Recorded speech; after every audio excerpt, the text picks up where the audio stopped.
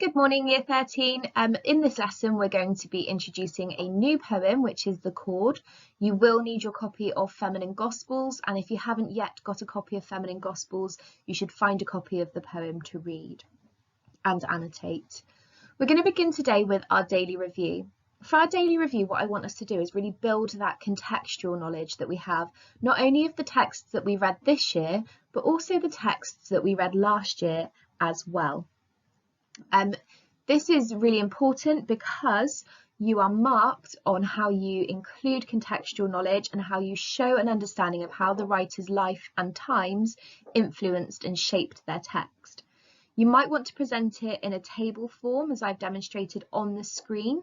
I'd like you first to think about Chopin and what you can remember about her life, anything you can remember about Churchill and her life, and anything you can remember about Duffy.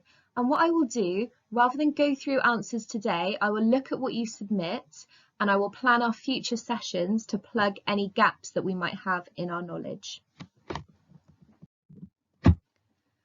Okay, so at this point in our study of Feminine Gospels, we're going to start to move towards Duffy's autobiographical poetry.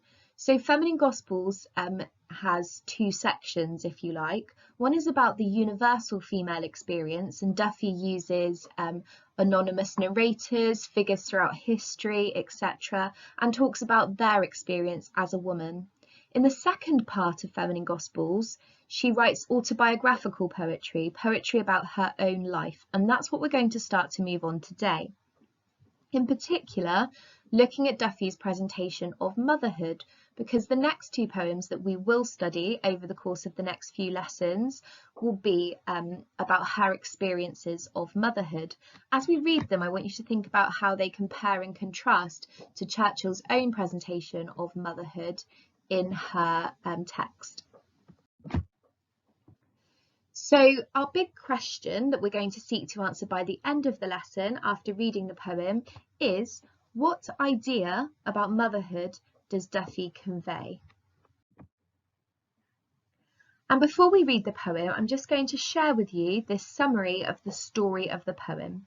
So the cord begins by focusing on the moment in which they cut the cord, the umbilical cord, that is, that attaches a mother to her baby in the womb. This is quite often seen as quite a symbolic moment where the mother and the baby are for the first time physically separated. As the child grows, she remains curious about the cord, wondering if it was a real thing or just something Duffy made up.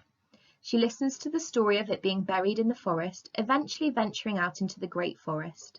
This could represent the child moving out into the real world, so away from her mother.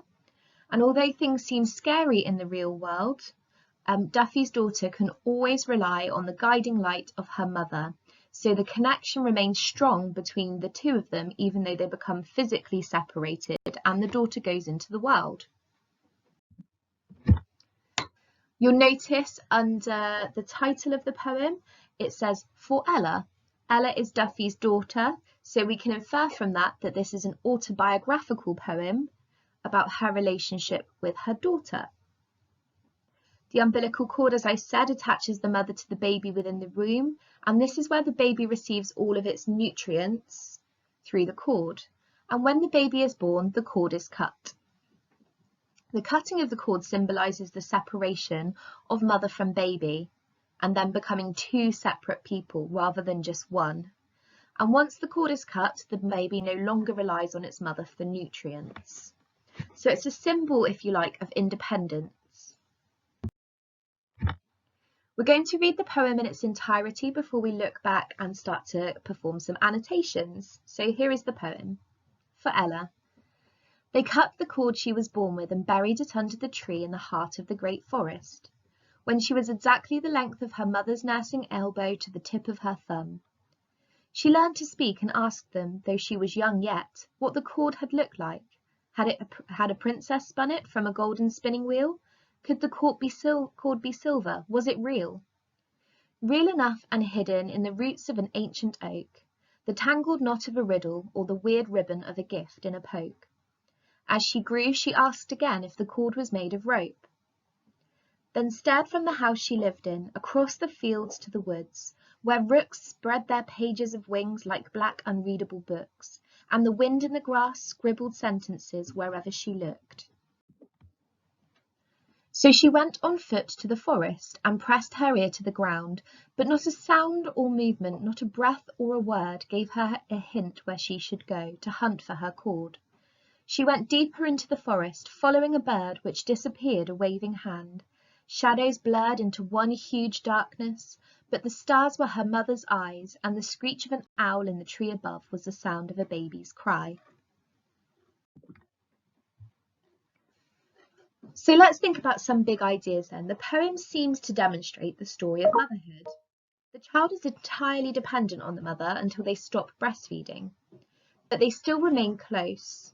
And then something happens, presumably the child grows, becomes an adolescent even, and that makes them drift apart, but there's always the buried connection between the two of them.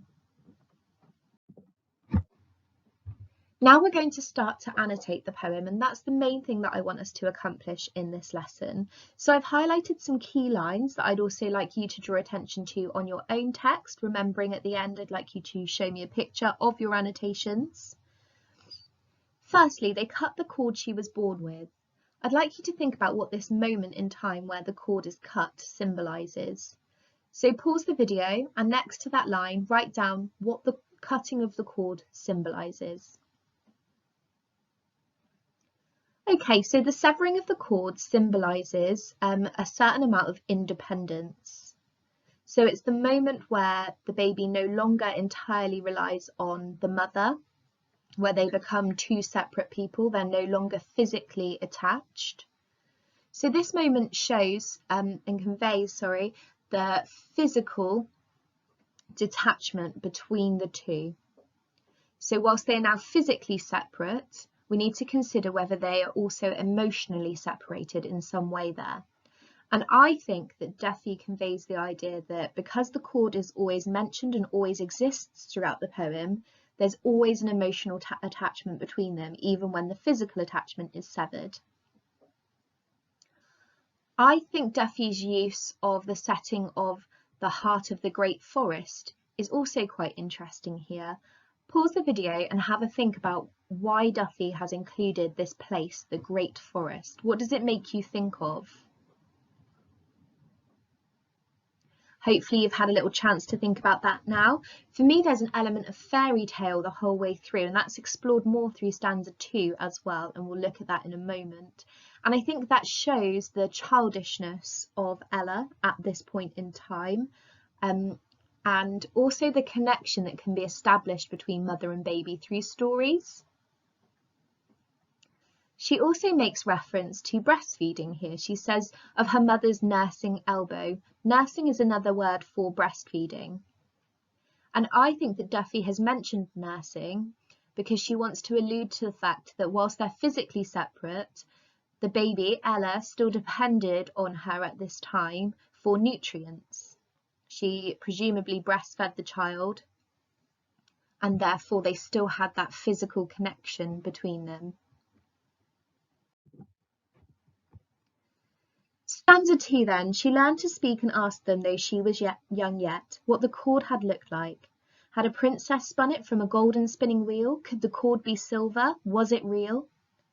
Again, we have this idea that she's gaining independence through her newfound ability to talk. And that's one way that children grow and separate from their mother. Children also ask a lot of questions. I can vouch for that, being a mum of 3. They absolutely do. And this shows how Ella at this point had begun to ask questions about the world. But her questions were all grounded in fairy tale. Had a princess spun it from a golden spinning wheel? Referencing a well-known fairy tale there, or alluding to a well-known fairy tale, which again shows the girl's growing imagination, but also lack of understanding about the real world. Real enough and hidden in the roots of an ancient oak, the tangled knot of a riddle, or the weird ribbon of a gift in a poke. As she grew, she asked again if the cord was made of rope. So Oaks are always a really interesting metaphor because they carry connotations of something grand and strong. But they grow from something very small. They grow from a tiny acorn into something really massive. So I want you to have a think about and pause here. What has grown into something big from something small? Off you go.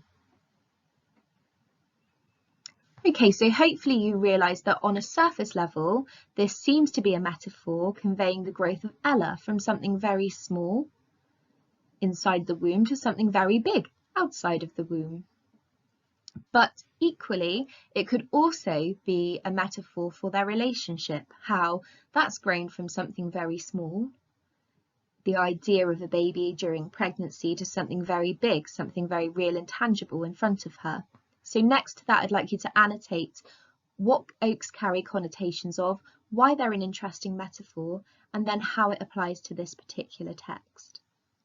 I've also highlighted there the tangled knot of a riddle, or the weird ribbon of a gift, because I think it conveys the idea that their relationship isn't always straightforward and that it can be quite complex and difficult to understand.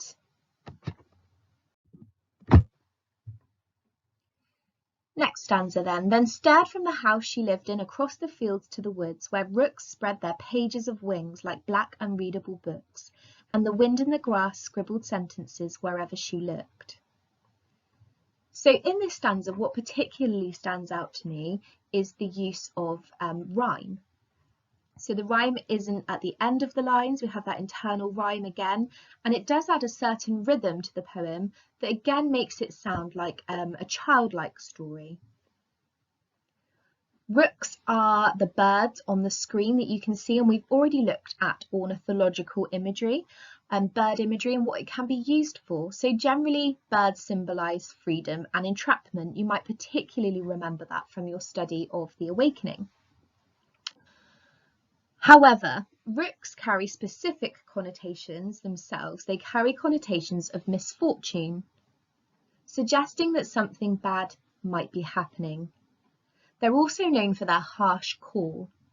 So perhaps she feels as her daughter grows, she's more unable to read her child and know what her daughter's thinking. And that's always quite a scary moment for any mother. So this shows then the growth of Ella, that she's now an independent thinker and that it can occasionally be difficult for Duffy to interpret their relationship. In addition to this, we've already looked at how Ella learns to talk in stanza 2. Now she's learnt to write as well, which gives her an additional freedom. At this point then, Ella starts to question the relationship herself and she goes looking for her cord. So she went on foot to the forest and pressed her ear to the ground, but not a sound or movement, not a breath or a word gave her a hint to where she could go to hunt for a cord. She went deeper into the forest, following a bird which disappeared, a waving hand. Shadows blurred into one huge darkness, but the stars were her mother's eyes, and the screech of an owl in the tree above was the sound of a baby's cry. So this final part of the poem has quite a lot of imagery of darkness in it. Ella goes into the forest and finds herself quite lost. And there's, as I said, lots of references to dark. We've got shadows, huge darkness. So this could depict a moment in Ella's life where things were quite challenging and difficult for her. But then we have the contrast of the stars in the sky. Now, stars often carry connotations of guidance. You'll remember from the nativity story that they all follow the star to find baby Jesus. Lots of people navigate using the stars were her mother's eyes. For me, that light imagery demonstrates the fact that no matter what happens to Ella, her mum will always be there to guide her in some way. So pause the video here, and I'd like you to add annotations about the light and dark imagery in this particular stanza. And then I would like you to have a go at writing down a not only but also sentence exploring light and dark imagery in the poem. As the poem ends, it references the sound of a baby's cry. That for me represents the fact that no matter how old Ella gets, she will always be Duffy's baby.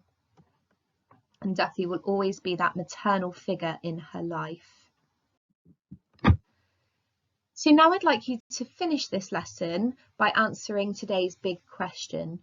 What big idea about motherhood does Duffy convey from this poem?